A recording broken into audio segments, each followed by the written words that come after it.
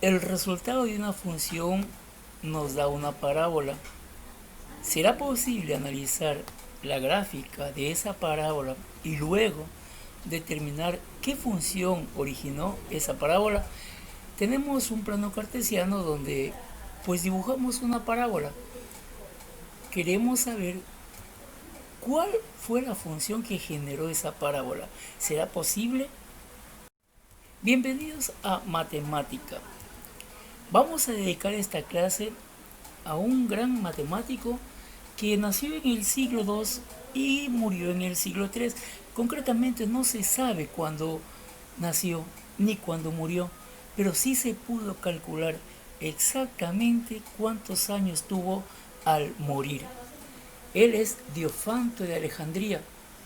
A él se lo considera el padre del álgebra maestra.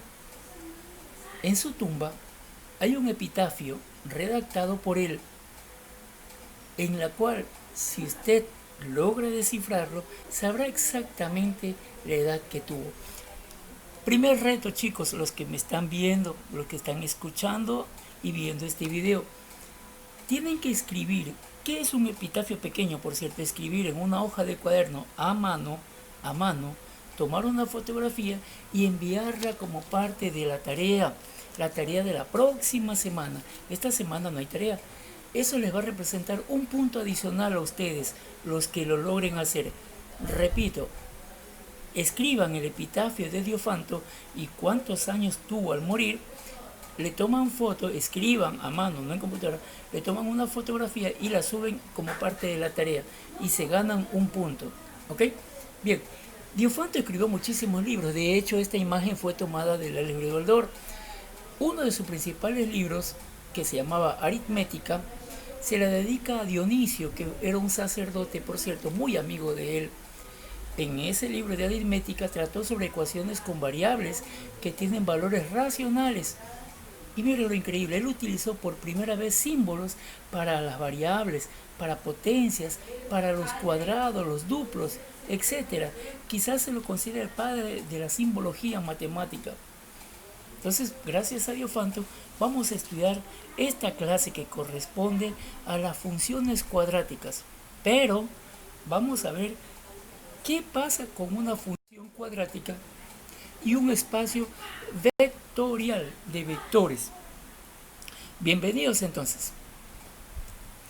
Una función cuadrática, obviamente, como repaso, pertenece a las funciones de la forma ax al cuadrado más bx más c. Esa es una función cuadrática. ¿Qué gráfica genera una función cuadrática? Una parábola, cuyo recorrido tiene vértices, raíces e intervalos y otras características, pero dependerá de la función que se genera. Ahí tenemos un ejemplo de una función cuadrática. Dependiendo de los valores de a, b y c, que también se llaman coeficientes, la parábola tendrá un comportamiento un poco diferente. Lo que nunca, eso sí, nunca podemos aceptar es que el valor de a sea igual a 0. ¿Por qué? Ya sabemos que si a vale 0, automáticamente anula a cualquier valor de x al cuadrado y esa función se convierte en una función lineal, porque solo nos quedaría bx más c, una línea. Por tanto, a no puede valer 0 nunca. Vamos a analizar la función cuadrática. Primero, el recorrido de la función cuadrática. Dependiendo del signo que tiene el valor de a, el coeficiente a, tendrá un recorrido diferente. Tenemos allí un plano cartesiano. Si el valor de a es positivo, por ejemplo 3x al cuadrado o 5x al cuadrado o 40.000 x al cuadrado, un valor positivo, las ramas de esa parábola se apuntarán hacia arriba y el vértice, es decir, el puntito donde la parábola cambia de dirección, será el mínimo valor en el eje Y. En este caso, esta imagen. No importa el valor que le pongamos a A, que siempre que sea positivo, las ramitas, es decir, los dos extremos, apuntarán hacia arriba. Y el vértice, el punto donde gira la parábola, tendrá el mínimo valor. En este caso, como ejemplo, Y, si se dan cuenta, vale 0. ¿Qué pasa ahora si el valor de A es negativo? Esta vez las ramas de la parábola apuntarán hacia abajo. La palabra abajo está con color anaranjado. Y el vértice será en cambio el máximo valor en el eje Y. Es decir, así.